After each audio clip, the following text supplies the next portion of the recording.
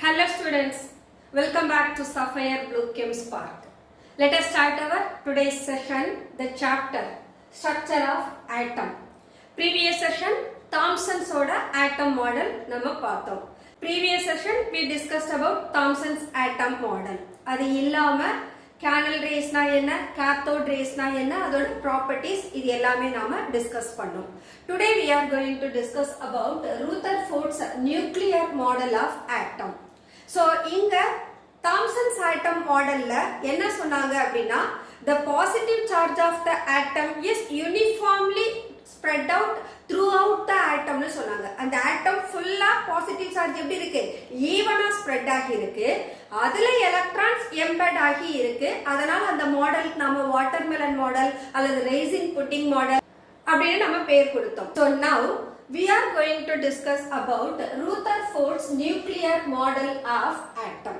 Rutherford and his students Hans Geiger, both of them சேர்ந்து என்ன பண்ணாங்கன்னா ஒரு எக்ஸ்பெரிமெண்ட் கண்டக்ட் பண்றாங்க. So actually the experiment was carried out by the Rutherford just based on Thomson's atom model. Thomson atom modelல positive charge யூனிஃபார்மா இருந்தது இல்லையா? So அதே போல ஒரு ஆட்டம்ல பாசிட்டிவ் சார்ஜ் யூனிஃபார்மா இருந்தா ஆல்பா பார்ட்டிகிள் ஒரு ஆட்டம் வழியா போற போது என்ன நடக்கும் அப்படின்றது தான் அவரோட கான்செப்ட்.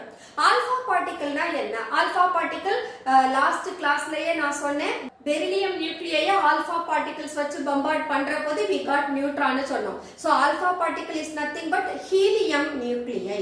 Helium nuclei நாம எப்படி ரெப்ரசன்ட் பண்ணலாம்? He4 this is what alpha. So இந்த helium is a heavier nuclei. ஏன் இந்த heavier nuclei னு சொல்றோம்னா இதோட மாஸ் நம்பர் வந்து 4.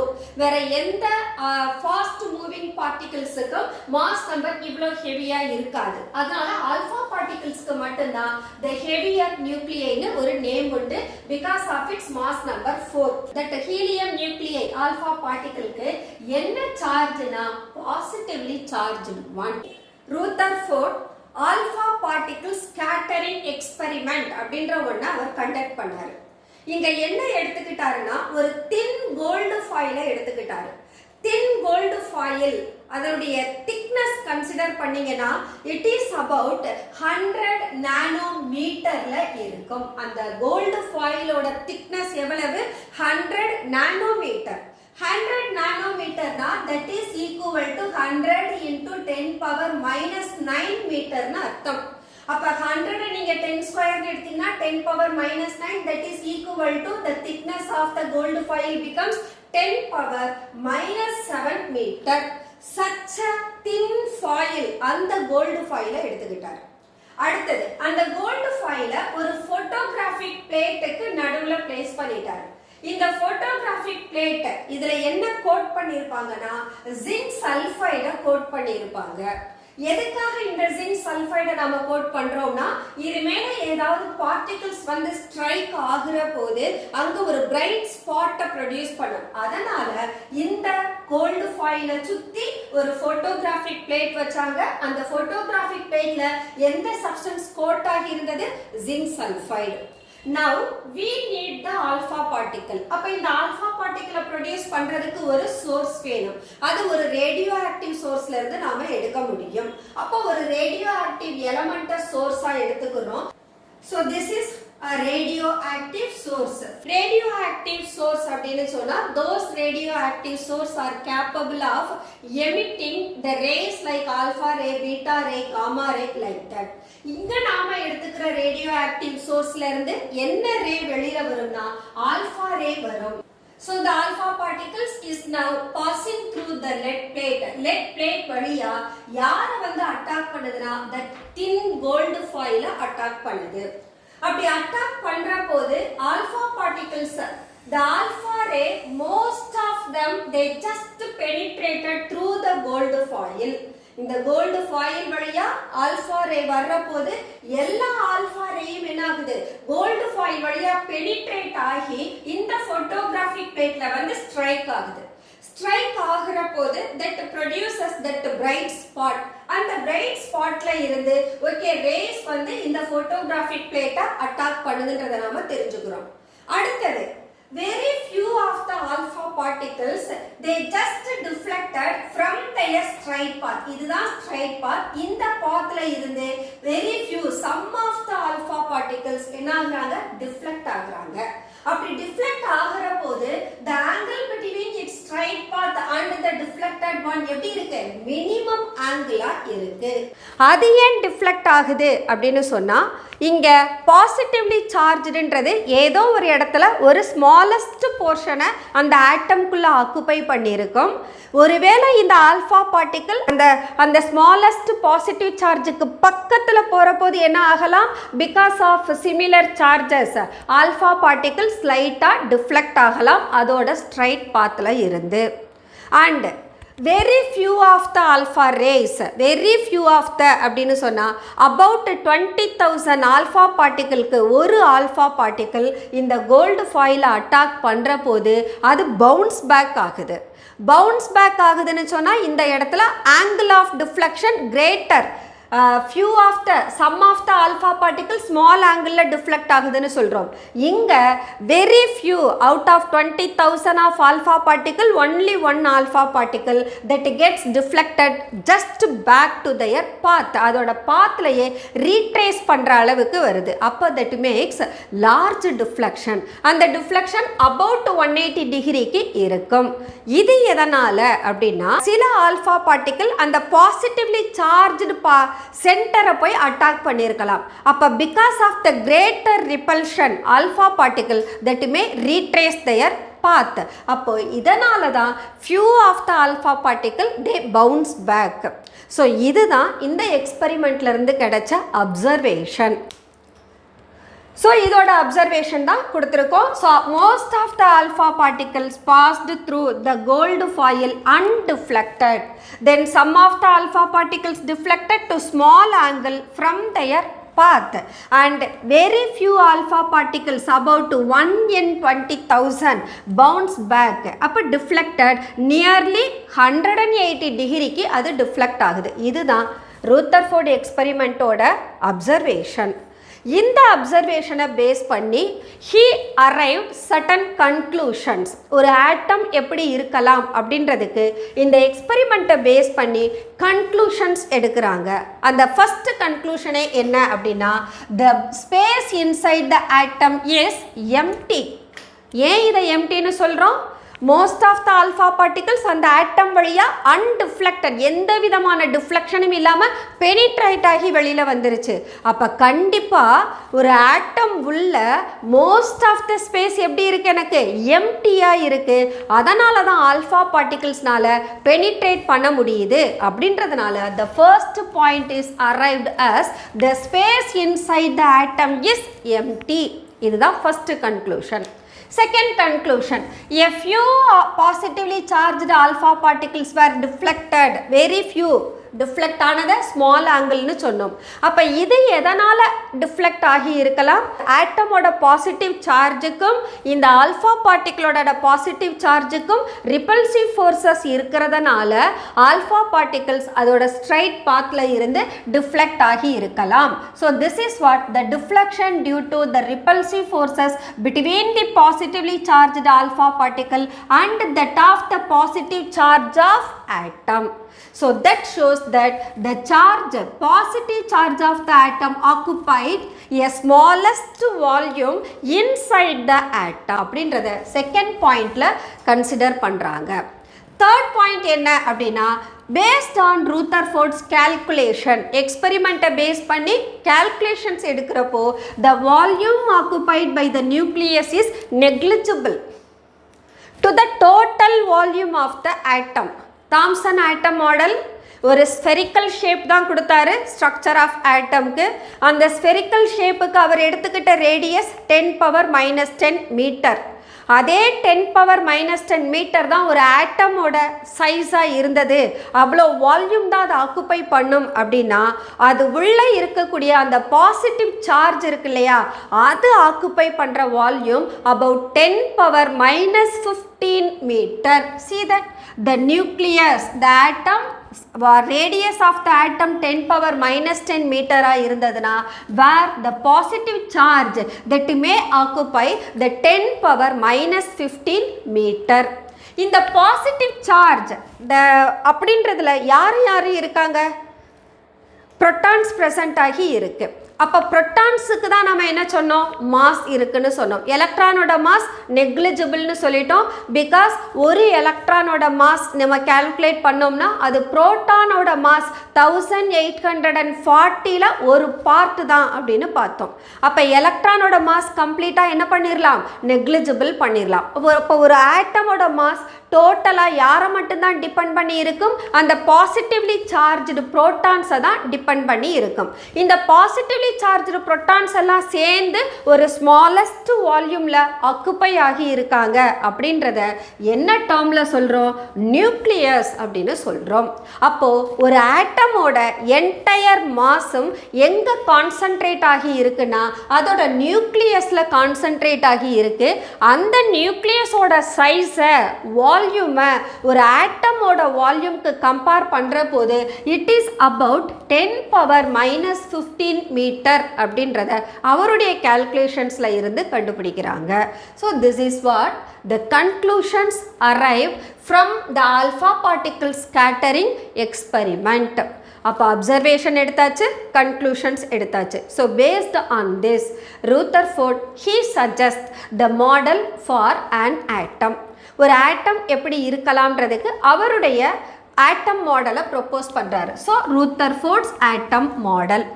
So first point, there is a large space inside the atom is empty. Second point, the positive charge and the most of the atom was densely concentrated at the center of the atom. அந்த positive charge ஆட்டமோட சென்டரில் தான் mostly concentrate ஆகி இருக்கு. அந்த concentrated ஆகி இருக்கக்கூடிய அந்த centre of த ஆட்டமை என்ன டேர்மில் சொல்கிறோம்? நாம நியூக்ளியஸ் அப்படின்ற டேர்மில் சொல்கிறோம். அப்போ இந்த நியூக்ளியஸ்ன்றது ஒரு ஆட்டமோட சென்டர் அப்படின்னா வாட் அபவுட் த எலக்ட்ரான்? எலக்ட்ரான்ஸ்லாம் என்ன பண்ணும்? அந்த நியூக்ளியஸை சுற்றி ரிவால்வ் ஆகும். ஸோ அதை என்ன சொல்கிறாரு அப்படின்னு சொன்னால் the negative charge electrons that revolve around the nucleus in circular path. So the electron that revolve around the nucleus அது பாத் எப்படி இருக்கும்? சர்க்குலர் பாத்தில் இருக்கும். இந்த சர்க்குலர் பாத் அப்படின்னு சொல்கிற போது அவர் எந்த மாடலோட கம்பேர் பண்ணுறாருனா பிளானட்டரி மாடலோட கம்பேர் பண்ணுறாரு. பிளானட்டரி மாடலில் த சன் இஸ் த சென்டர், அதை சுற்றி மற்ற பிளானட் எல்லாம் ரிவால்வ் ஆகுது. ஸோ அதே போல் இங்கே நியூக்ளியஸ்ன்றது சென்டர் ஆஃப் த ஆட்டம், இதை சுற்றி யார் ரிவால்வ் ஆகுறாங்க? எலக்ட்ரான். அப்போது இவருடைய ஆட்டம் மாடல் எதை கம்பேர் பண்ணி சொல்கிறாருன்னா பிளானட்டரி மாடலோட கம்பேர் பண்ணி சொல்கிறாரு. அப்போ இந்த சர்க்குலர் பாத் நியூக்ளியஸ்க்கு க்ளோசஸ்டாக இருக்குன்றது இவருடைய ஒப்பீனியன். அப்போது the electrons and the nucleus, எலக்ட்ரானுக்கு என்ன சார்ஜ்? Negative charge. நியூக்ளியஸ்க்கு என்ன charge? Positive charge. The opposite சார்ஜஸ்க்கு இடையில அட்ராக்ஷன் இருக்கும் இல்லையா? அந்த அட்ராக்ஷனுக்கு பேர் electrostatic forces of attraction. So ஒரு ஆட்டம் ஸ்டேபிளாக இருக்கணும், அதே சமயம் that atom must be electrically neutral. அப்போது அங்கே number of positive charge number of negative சார்ஜுக்கும் ஈக்குவலாக இருக்கணும். அப்போது ஒரு atom is electrically neutral and the negatively charged electrons are revolving about the nucleus and both of them having opposite charges and hence the atom is stable due to the electrostatic forces of attraction between the nucleus and the electron. So இதுதான் Rutherford atom model. That's all Rutherford's scattering experiment. The next one, atomic number and mass number. Atomic number that is denoted by the letter Z. Mass number by the letter A. Our atom is actually electrically neutral. So when we say an atom is electrically neutral, then there would be the number of positive charges is equal to number of negative charges. Positive charge எல்லாம் யாரு? protons. Negative charges எல்லாம் electrons. Electron நாம எந்த லெட்டர்ல denote பண்ணலாம்னா that is given by E. அப்போ புரோட்டானுக்கு Pன்ற symbol, நியூட்ரானுக்கு Nன்ற symbol கொடுக்கலாம். And moreover we discussed about Rutherford ஒரு எலமெண்ட்டோட மாஸ் நம்பரை calculate பண்ணுற போது he found that the mass of the electron is actually twice or more than that of number of proton present in the nucleus. ஒரு ஆட்டமோட நியூக்ளியஸில் present ஆகி இருக்கிற புரோட்டானோட கவுண்ட்டை விட mass எப்படி இருந்தது டபுள் த டைமாக இருக்குது அல்லது மோர் தென் டபுள் த டைமாக இருக்குது. அப்போ தான் அவர் என்ன சொல்கிறாருன்னா, இந்த நியூக்ளியஸ் உள்ள நாட் ஒன்லி த புரோட்டான்ஸ் இன்னொரு பார்ட்டிக்கிள் ப்ரெசண்ட் ஆகி இருக்கு, அந்த பார்ட்டிக்கிளுக்கு சார்ஜ் இருக்காது, it is a neutral particle. அப்போ அந்த நியூட்ரல் பார்ட்டிக்கிளோட மாஸ் எப்படி இருக்கலாம், இந்த புரோட்டானோட மாஸுக்கு ஈக்குவலாக இருக்கலாம் அப்படின்ற சஜஷன் கொடுத்தாரு. அந்த சஜஷனை பேஸ் பண்ணி தான் சர் ஜேம்ஸ் சாட்விக் நியூட்ரான்ஸை டிஸ்கவர் பண்ணுறாரு. நியூட்ரான்ஸ்க்கு நம்ம என்ன படிச்சுட்டோம், அதுக்கு சார்ஜ் கிடையாதுன்னு தெரியும். தென் அதுக்கு சார்ஜ் இல்லாததுனால அது எலக்ட்ரிக் ஃபீல்டு மேக்னெட்டிக் ஃபீல்டு இது ரெண்டுலேயுமே என்ன செய்யாது, டிஃப்ளெக்ட் ஆகாது.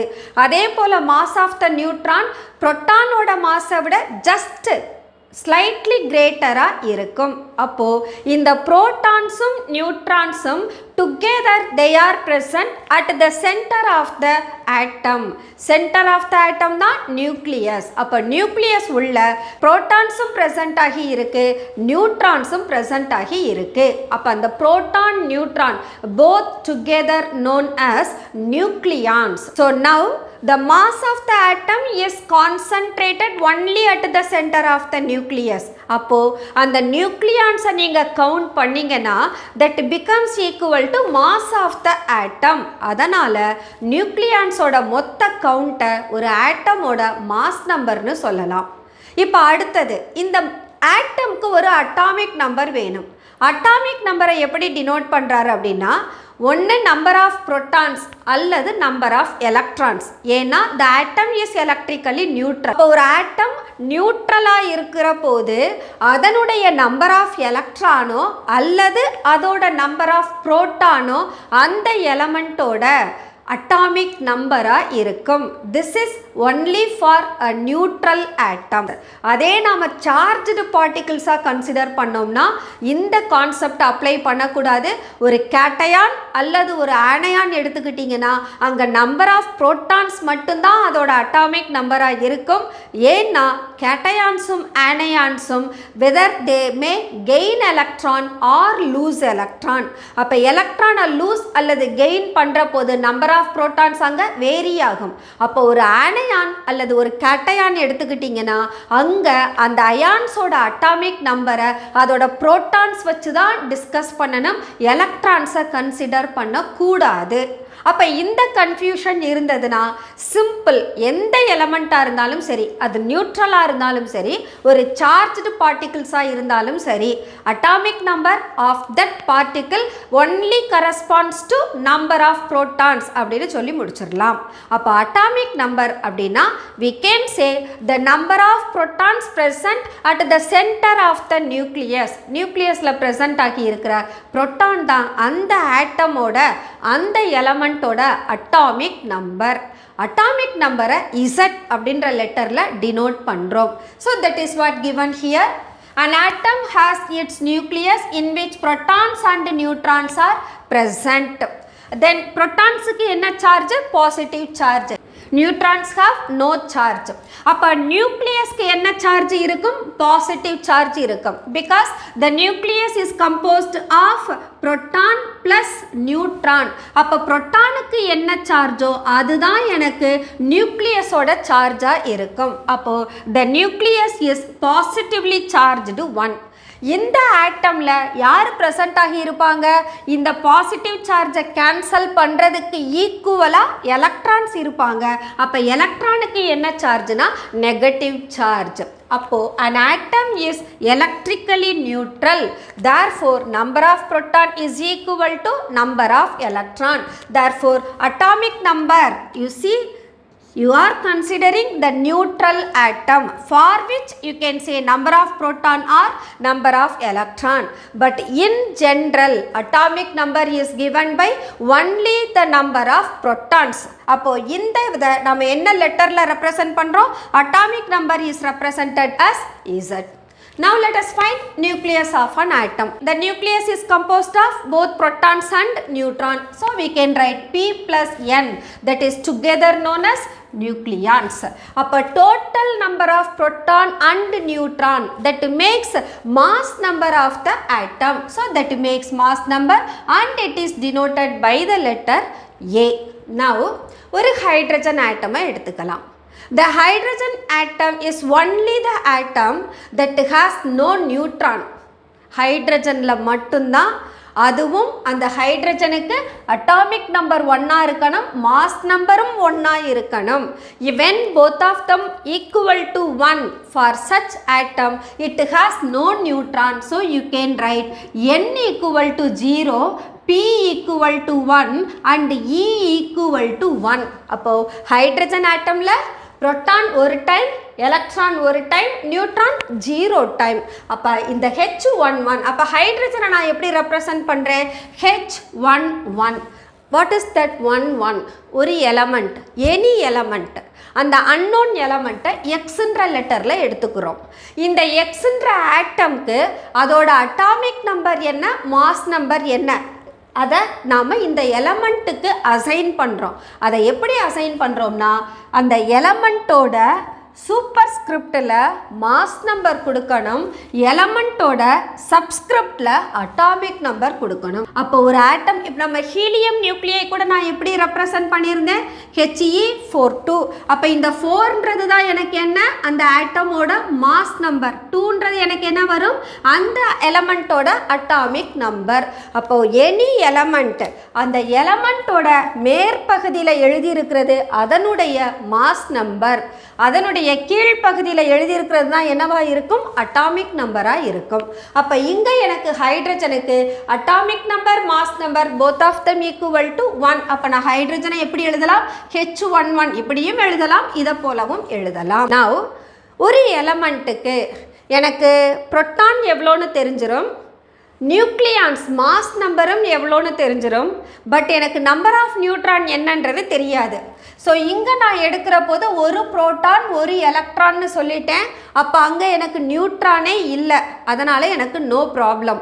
At the same time if I take the atom chlorine, ஒரு குளோரின்ற எலமெண்ட்டை எடுக்கிற போது அதில் 17 protons are there and number of electron is also equal to 17. But mass number பார்த்தா that is equal to 35.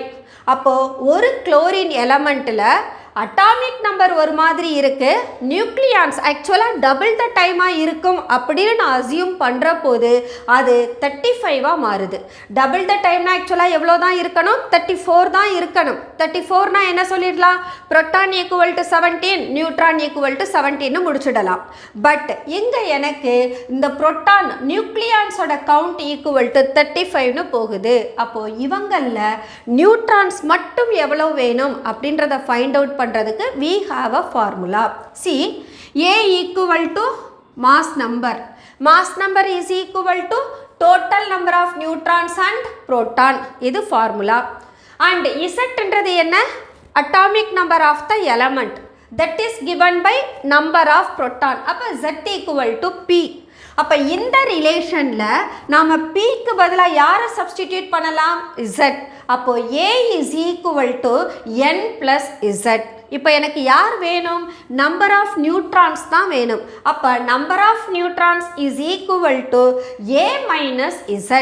அப்போ number of neutrons find out பண்ணணும்னா we have to subtract atomic number from the mass number. So this is what the formula from which for any element we can able to determine the number of neutrons present in the nucleus. Okay, so in the chlorine atom we can make use of the formula where electron is equal to proton and it is equal to 17. அப்போ atomic number of chlorine becomes 17.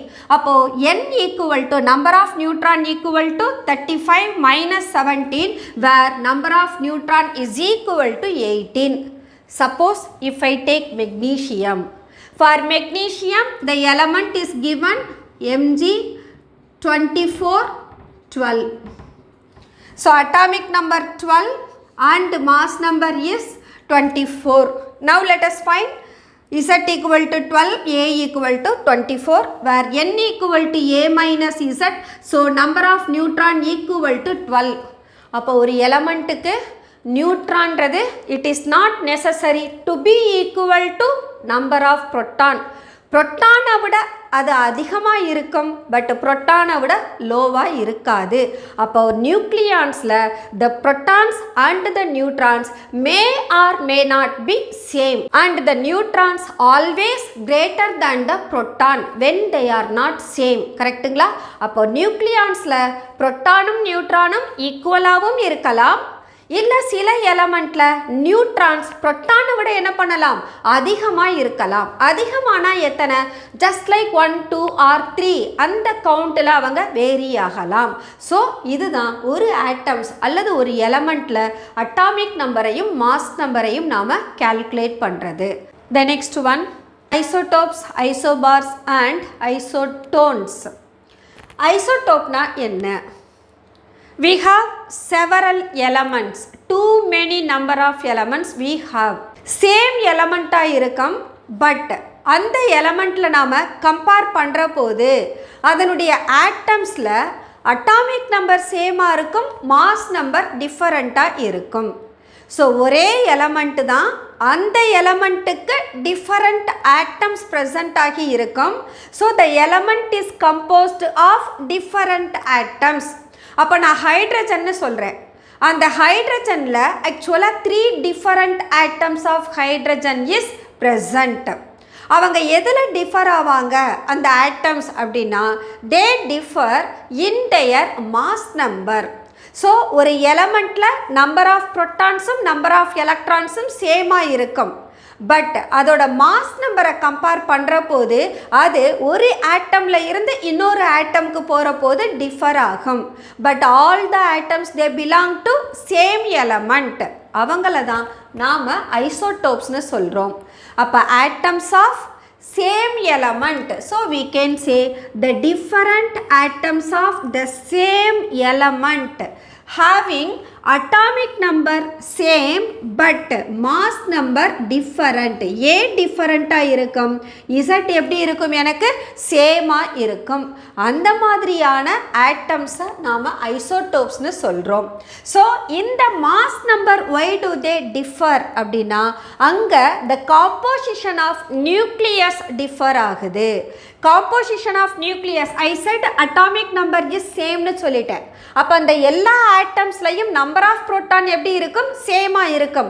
யார் அப்போ differ ஆவாங்க, mass number differ ஆகணும்னா neutrons differ ஆகும். அப்போ the composition of the nucleus as they differ in number of neutron, that gives rise to isotopes. அப்போது the isotopes are differing in number of neutron. Example hydrogen எடுத்திருக்கோம். Hydrogen is an element.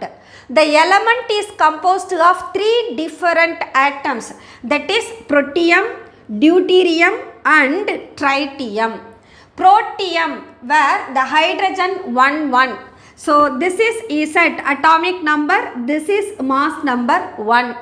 And deuterium in which the atomic number 1, mass number 2.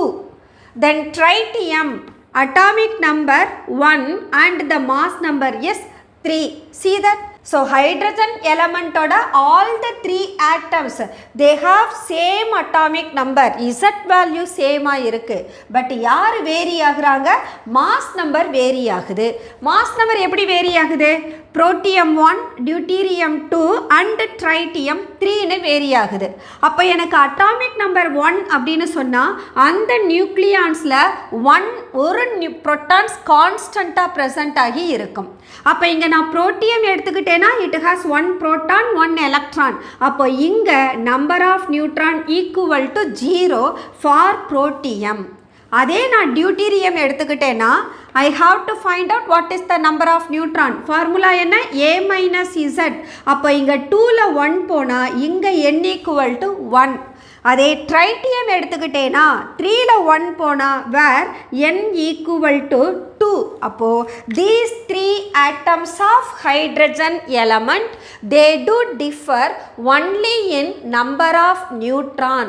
அப்போது number of neutron 0 1 2 அப்படின்னு vary ஆகிறதுனால அவங்களோட mass நம்பரும் vary ஆகுது. At the same time இந்த 3 different composition of atoms of hydrogen element இவங்க நேச்சரில் எப்படி இருப்பாங்கன்னா different proportionல இருப்பாங்க. One of the atom most அபண்டண்ட்டாக இருக்கும், இன்னொரு ஆட்டம் அதை விட லெஸ் அபண்டண்ட்டாக இருக்கும், அடுத்ததை பார்த்தோம்னா அதை விட லீஸ்டாக இருக்கும். ஸோ இந்த ஐசோடோப்ஸ் மாஸ் நம்பர் டிஃபர் ஆகிறதுனால அவங்களோட வெயிட் அட்டாமிக் வெயிட்டை நாம் கால்குலேட் பண்ணுற போது அது மாஸ் நம்பர் மாதிரி ஹோல் நம்பராக இருக்காது, ஒரு ஃப்ராக்ஷனல் வெயிட்டை கொடுக்கும். அந்த ஃப்ராக்ஷனல் வெயிட்டுக்கு ரீசனே இந்த composition of the different atoms in a given element they differ. அதனுடைய பர்சன்டேஜில் வேரி ஆகிறதுனால அதனுடைய அட்டாமிக் வெயிட் நமக்கு எப்போவுமே ஃப்ராக்ஷனலாக இருக்கும். அப்போ atomic wait fraction mass number is whole number. ஏன்னு ரீசன் கேட்டால் இதுதான். ஐசோடோப்ஸ் எக்ஸிஸ்ட் ஆகும் ஒவ்வொரு எலமெண்ட்டுக்கும் டிஃபரண்ட் ஐசோடோப்ஸ் உண்டு. அந்த ஐசோடோப்ஸோட நேச்சரில் அபண்டன்ட் ஆகக்கூடிய ப்ரொப்போர்ஷன் ஆர் த பர்சன்டேஜ் அது வேரி ஆகுது. அதனால் அட்டாமிக் வெயிட் அந்த அபண்டன்ஸை பேஸ் பண்ணி நாம் கால்குலேட் பண்ணுறதுனால அட்டாமிக் வெயிட் நமக்கு ஃப்ராக்ஷனலாக இருக்கும். The next one isobars. ஐசோபார்ஸ்க்கும் ஐசோடோப்ஸ்க்கும் என்ன டிஃபரண்ட்? இங்கே ஐசோடோப்பில் ஒரே எலமெண்ட் தான், ஆனால் அந்த எலமெண்ட்டில் ஆட்டம்ஸ் டிஃபரண்ட்டாக இருக்கும்னு சொன்னோம். பட் இங்கே என்ன எடுத்துக்கணும்னா எலமெண்ட்டே டிஃபரண்ட், பட் அதோட ஆட்டம்ஸுக்கு மாஸ் நம்பர் சிமிலராக இருக்கும், அட்டாமிக் நம்பர் டிஃபரண்ட்டாக இருக்கும். So we can have atoms of different element with the same mass number but different atomic number. mass number சேமாக இருக்குது, atomic number டிஃபரண்ட்டாக இருக்குது. such elements are said to be isobar. example argon and calcium. argonோட mass number 40, calcium mass number also 40. But அவங்க atomic number பாருங்க, ஆர்கானுக்கு 18, கால்சியமுக்கு 20. அப்போது such elements they differ only in atomic number but mass number same. அப்போ இவங்களை நாம் என்னன்னு சொல்லலாம்? ஐசோபார்னு சொல்லலாம். இங்கே ரெண்டு கேசஸ்லையும் number of nucleon, total number of nucleons அது சேமாக இருக்கும். டோட்டல் நம்பர் ஆஃப் நியூக்ளியான்ஸ் இதில் சேமாக இருக்கும். பட் காம்போசிஷன் ஆஃப் நியூக்ளியான்ஸ் டிஃபரண்ட்டாக இருக்கும். காம்போசிஷன் ஆஃப் நியூக்ளியான்ஸ்னால் புரோட்டானோட கவுண்ட்டையும் நியூட்ரானோட கவுண்ட்டையும் கம்பேர் பண்ணுற போது காம்போசிஷன் டிஃபரண்ட்டாக இருக்கும். பட் டோட்டல் நம்பர் எப்படி இருக்கும்? ஈக்குவலாக இருக்கும். பாருங்க, கால்சியம் 40 20. அப்போ இங்கே நம்பர் ஆஃப் நியூட்ரான் எவ்வளவு? 20. புரோட்டானும் எவ்வளவு தான்? 20 தான். அப்போ கால்சியமோட நியூக்ளியஸ் எப்படி கம்போஸ் ஆகியிருக்கு? 20 புரோட்டான்னாலையும் 20 நியூட்ரான்ஸ்னாலையும் கம்போஸ் ஆகுது. அதே நாம் ஆர்கான் எடுத்துக்கிட்டோம்னா அங்கே மாஸ் நம்பர் 40, அட்டாமிக் நம்பர் 18. அப்போது இந்த ஆர்கானோட நியூக்ளியஸில் 18 புரோட்டானும் 22 நியூட்ரான்ஸும் ப்ரெசண்ட் ஆகி இருக்கும். ஆனால் டோட்டல் நம்பர் ஆஃப் நியூக்ளியான்ஸ் எப்படி இருக்குது? சிமிலராக இருக்குது. காம்போசிஷன் ஆஃப் த நியூக்ளியஸ் எப்படி இருக்கும்? டிஃபரண்ட்டாக இருக்கும். So this is what isobar. இந்த நெக்ஸ்ட் ஒன் ஐசோடோன்ஸ். இவங்க யாருன்னா ஆட்டம்ஸ் ஆஃப் டிஃபரண்ட் எலமெண்ட்ஸ் தான். அங்கே மாஸ் நம்பரும் டிஃபரண்ட்டாக இருக்கும், அட்டாமிக் நம்பரும் டிஃபரண்ட்டாக இருக்கும். பட் நம்பர் ஆஃப் நியூட்ரான்ஸை ஒரு எலமெண்ட்டுக்கும் இன்னொரு எலமெண்ட்டுக்கும் கம்பேர் பண்ணிங்கன்னா அவங்க சேமாக இருப்பாங்க.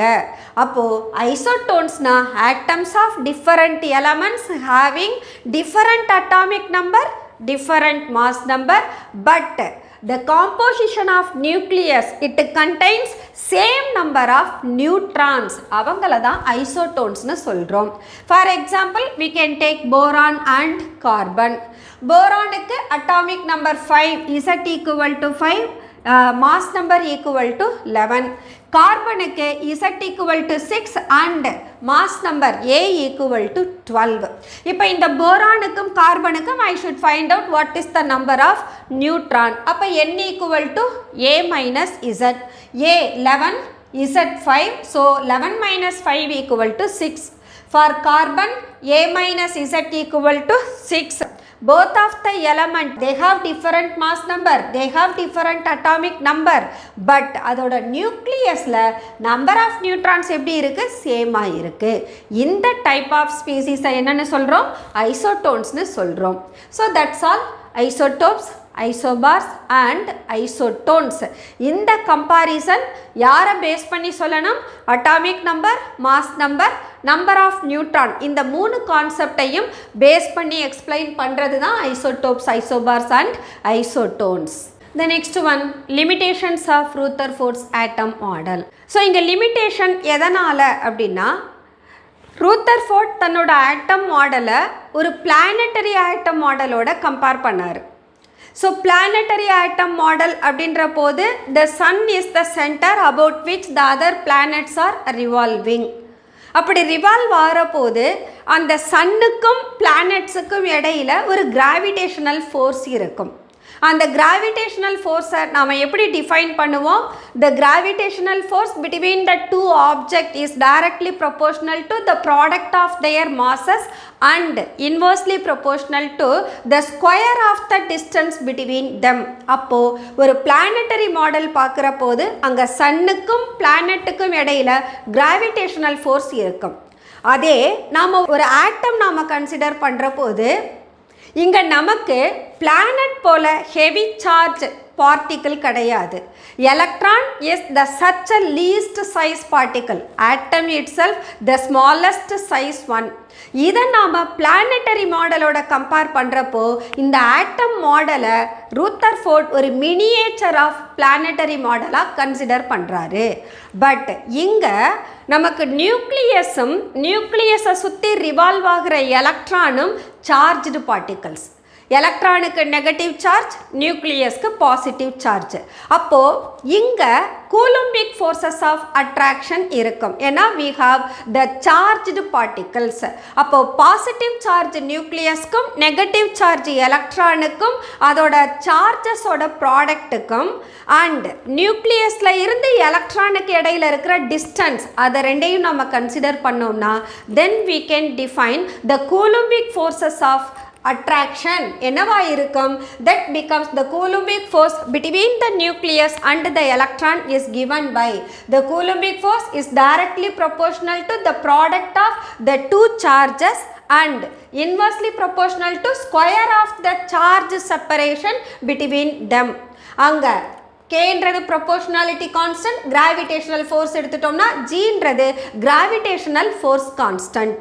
அப்போ இந்த ரெண்டு ஃபோர்ஸஸையும் நாம் கம்பேர் பண்ணுற போது இங்கே ஒரு ஆட்டம் மாடல் எடுக்கிறப்போ they become the charged particles. அதே நாம் பிளானட்டரி மாடல் எடுத்தோம்னா அங்கே மாசஸ் மட்டும்தான், தே டோன்ட் ஹாவ் சார்ஜஸ். அப்போது சார்ஜஸ் இல்லாத ஒரு பிளானட்டரி மாடலை எடுக்கிற போது planets are revolving about the sun in a well defined orbit. அதே போல் இங்கேயும் நாம் எலக்ட்ரான் ஒரு வெல் டிஃபைன்டு ஆர்பிட்டில் நியூக்ளியஸை சுற்றி வருது அப்படின்னு சொன்னோம்னா என்ன ஆகும்? இங்கே சார்ஜ்டு பார்ட்டிகிள்ஸ் ஒரு சர்க்குலர் பாத்தில் சுற்றுற போது அதனுடைய ஸ்பீடு ஆக்சிலரேட் ஆகும். அப்போ ஆக்சிலரேட் ஆகிற போது the charged particle should start emit electromagnetic radiation. அப்போ எலக்ட்ரான் நியூக்ளியஸை சுற்றி ரிவால்வ் ஆகிறப்போ it continuously emits the radiation. அப்போ ஒருத்தர் ரேடியேட் பண்ணுற போது அந்த amount of energy required will be coming from its electronic motion. அப்போ எலக்ட்ரான் கண்டினியூவஸாக தன்னுடைய எனர்ஜியை ஸ்பெண்ட் பண்ணி அதை ரேடியேஷனாக மாற்றுறப்போ இம்மீடியட்லி தட் கேன் ஆர்பிட்டோட சைஸ் என்ன ஆரம்பிச்சிடும்? ஷ்ரிங்க் ஆக ஆரம்பிக்கும். ஷ்ரிங்க் ஆனதுன்னா எலக்ட்ரான் ஃபைனலாக நியூக்ளியஸோட வந்து மர்ஜ் ஆகிடும். See, calculations என்ன சொல்லுதுன்னா when the electron revolves about the nucleus just it takes 10 power minus 8 seconds to merge with nucleus because of its electromagnetic radiation. the atom it gets collapsed. So nucleusல electron வந்து merge ஆயிடுச்சுன்னு சொன்னா the stability of atom it gets collapsed. அப்போ ரூதர்ஃபோர்டோட atom model ஒரு charged பார்ட்டிக்கலுக்கு consider பண்ணுற போது எனர்ஜிஸை பற்றி பேசலை. ஏன்னா எலக்ட்ரான் ரிவால்வ் ஆகுது, எலக்ட்ரான் ரிவால்வ் ஆகிற போது it has to spend energy.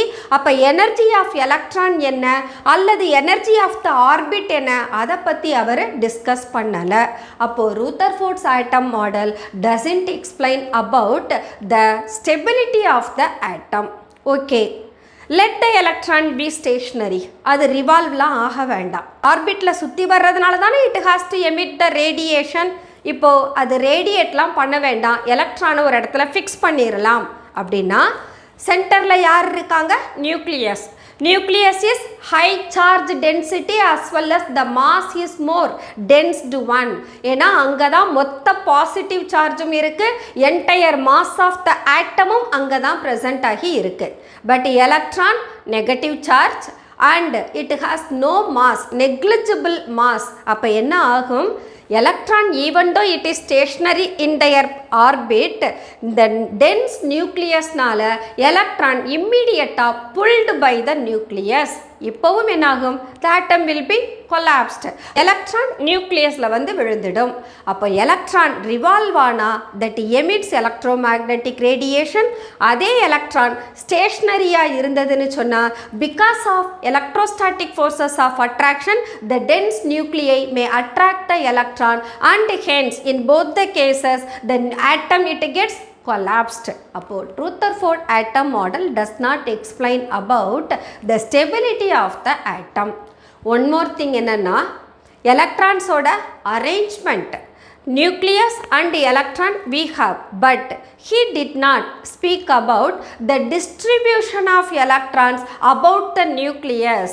நியூக்ளியஸை சுற்றி எலக்ட்ரான் எப்படி அரேஞ்ச் ஆகுது, டிஸ்ட்ரிபியூட் ஆகுது, அதை பற்றியும் அவர் டிஸ்கஸ் பண்ணலை. So these are what the drawbacks of Rutherford's atom model. Okay students, let us close our today's session. We are going to continue the same chapter in our following sessions. Until then, bye bye.